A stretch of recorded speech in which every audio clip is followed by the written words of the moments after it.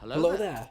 Previously, I reviewed Ghost Recon Wildlands and its first DLC, Narco Road, and today I'll be finishing up with the Fallen Ghost DLC to see if it's worth it now in 2021 if you've never played it, so I hope to see you at the end of the video. Fallen Ghost is known to be the better DLC out of the two, but it's not really any competition. Fallen Ghost is an alright DLC, it's just glorified by just how bad Narco Road was. It takes a few things from the base game and Narco Road. From the base game, it uses the format of taking down an organization, but instead of Santa Blanca, it's someone else who are kinda coming out of the ashes of Santa Blanca.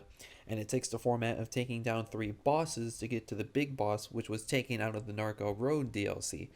But why is it that Fallen Ghosts works and Narco Road doesn't? Easy. It's more engaging and it has a better execution with its story. This time around, you have the boys from your team that you can command and have dialogue in between. Secondly, is the execution. In Fallen Ghosts, it doesn't change what made the execution from the base game, which was already pretty good. Instead of Karen this time around, you got this dude named Socrates that you'll interact with throughout the story. He's a likable character, even though he hasn't have as much personality as Karen. He's just there to get the job done, so I can respect that. There's not much changes to the gameplay besides from some of the animations like the melee combat, which honestly, it's probably a good thing that they decided to not change a bunch of things, while the Narco Road DLC being focused on vehicles and changing how you play the story, that's what made it really shitty and different from the base game, which is why people didn't enjoy it as much. When you change a bunch of things from the base game and ultimately end up being worse than the base game, people are going to give you hell for that, as that's not what they enjoyed from the base game itself. Even though I said the base game probably a good 5 or 6 times within that sentence, you still get the point. However, Fallen Ghost does add some new things in this DLC, like some new weapons, but they're only exclusive to the DLC, which is such a shame, but not a big deal. New enemy types are now added, like new camouflaged enemies that can only be seen with your heat vision, which I think is really cool because now it gives you an actual reason to use your heat vision, as it was pretty useless before. They also add some new other types like jammers, elite snipers, and super heavies. I don't know what they're called, but they were added to give some variety.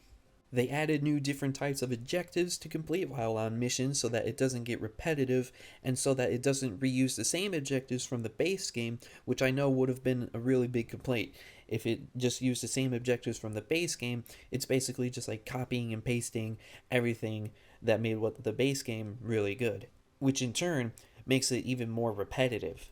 Like in one objective, it has you flying in a helicopter and you're going around destroying these antennas or whatnot. I thought that was pretty cool. It was awesome shooting some missiles at them. It's always cool blowing up stuff. But it gives you some more variety, something that it wasn't even in the base game originally.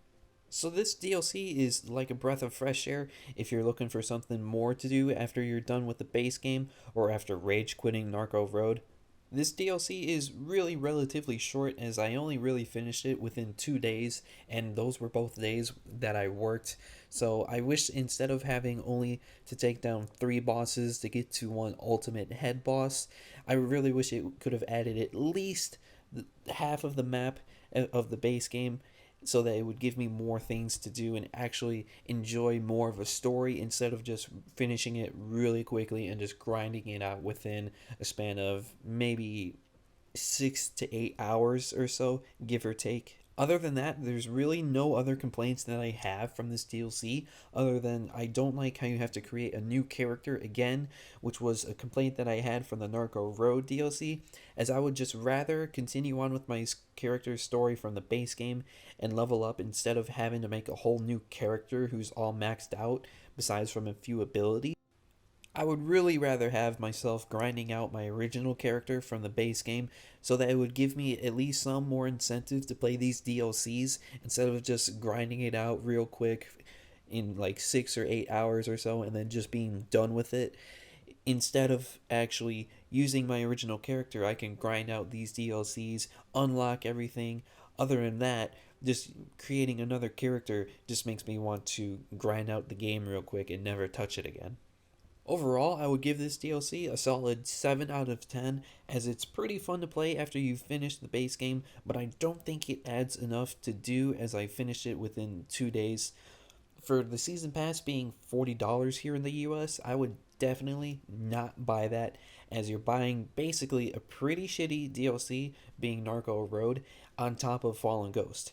So if you're debating about buying the Fallen Ghost, then buy the DLC itself, which is only $15, which is a way better bargain than buying the whole $40 season pass.